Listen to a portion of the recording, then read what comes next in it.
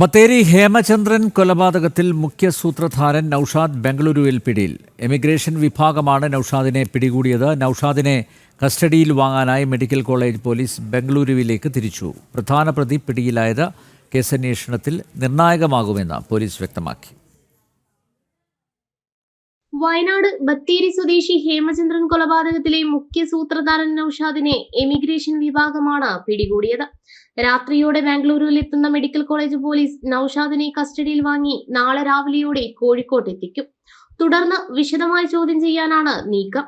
നൌഷാദിന്റെ നിർദ്ദേശപ്രകാരമാണ് മൃതദേഹം വനത്തിൽ കുഴിച്ചിട്ടതെന്ന് കേസിൽ നേരത്തെ അറസ്റ്റിലായ ജ്യോതിഷ് കുമാർ, അജേഷ്, വൈശാഖ് എന്നിവർ പോലീസിന് മൊഴി നൽകിയിരുന്നു. എന്നാൽ ഹേമചന്ദ്രൻ എങ്ങനെ കൊല്ലപ്പെട്ടു എന്ന കാര്യം അറിയില്ലെന്നാണ് ഇവർ പറയുന്നത്. നൌഷാദിനെ ചോദ്യം ചെയ്യുന്നതിലൂടെ ഇതിൽ വ്യക്തത വരുമെന്നാണ് അന്വേഷണ സംഘത്തിന്റെ വിലയിരുത്തൽ. ഹേമചന്ദ്രൻ തൂങ്ങി മരിച്ചതാണെന്നാണ് നൌഷാദ് കഴിഞ്ഞ ദിവസം സമൂഹ മാധ്യമങ്ങളിലൂടെ വെളിപ്പെടുത്തിയത്. എന്നാൽ പോസ്റ്റ്മോർട്ടം പ്രാഥമിക റിപ്പോർട്ടിൽ മരണം മർദ്ദനമേറ്റും ശ്വാസം മുട്ടിയുമാണെന്നാണ് കണ്ടെത്തൽ. നൌഷാദിനെ ചോദ്യം ചെയ്ത ശേഷം റിമാൻഡിൽ കഴിയുന്ന പ്രതികളെ വീണ്ടും കസ്റ്റഡിയിൽ വാങ്ങി ചോദ്യം ചെയ്യും.